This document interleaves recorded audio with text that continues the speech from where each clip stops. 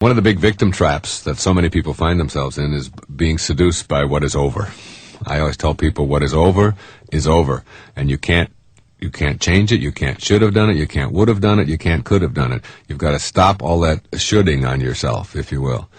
And what you want to do here is look at how you get to be victimized by things that have already happened. Everything that you did in your life up until this moment is over. It's done. It had to happen in order for you to get to the next level. Accept that. Don't allow yourself to be victimized by things that you can't change, things that are over. Your parents were the parents that they were. Your parents did what they knew how to do, given the conditions of their life. They didn't do it good, they didn't do it bad, they weren't right, they weren't wrong. They just were who they were. And they did what they knew how to do. And if what they knew how to do didn't fit in with what you think they should have been doing, then learn from it, grow from it. Don't be full of anger and hatred for them. That's the biggest victim trap you can get into, being mad at somebody for what they did 25 years ago. And besides, they're a different person today anyway, and probably wouldn't do it that way at all. So what you want to do is look at everything that you find yourself upset about or manipulated by or controlled by, and change all of that. Shift it around. Shift it around to a new kind of consciousness. And that consciousness is, I can't change what's over. So all of the things that you did in your past and all of the shoulds that people are imposing on you are things that you're going to have to watch out for.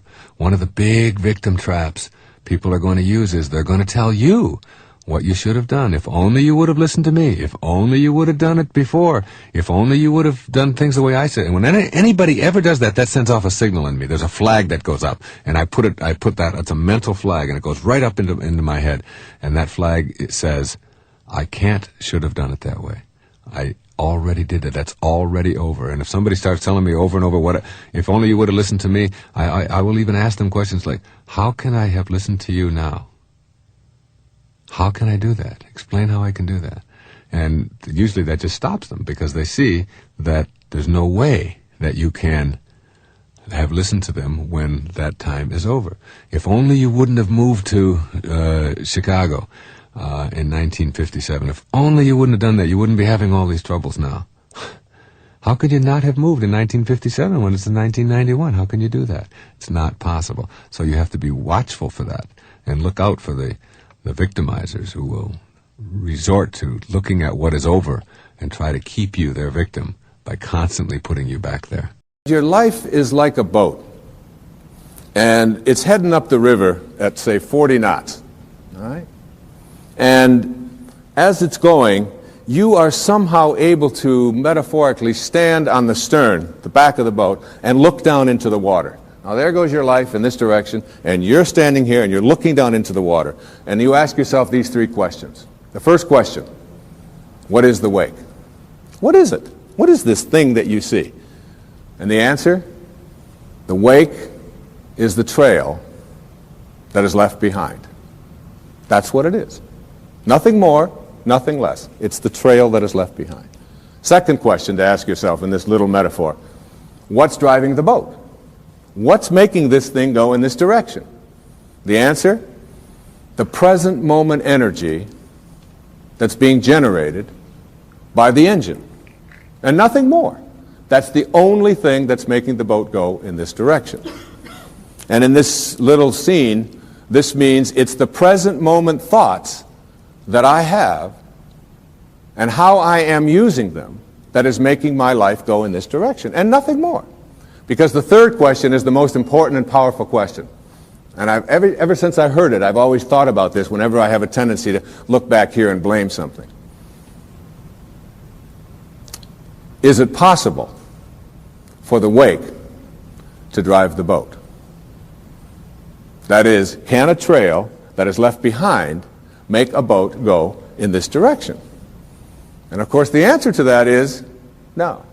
It can't. It's just a trail that is left behind. And in that trail, there are an enormous number of things, and every one of us has a wake.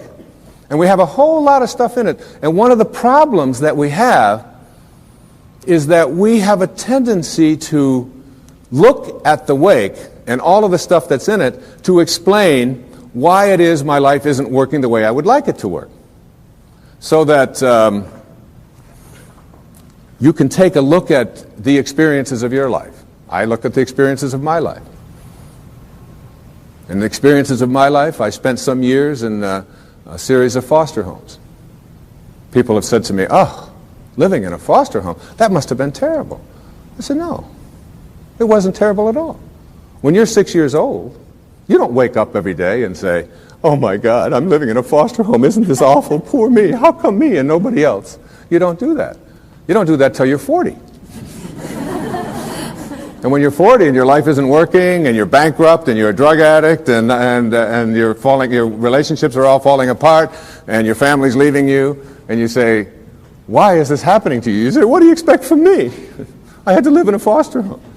My mother liked my sister better. We were too this, we were too...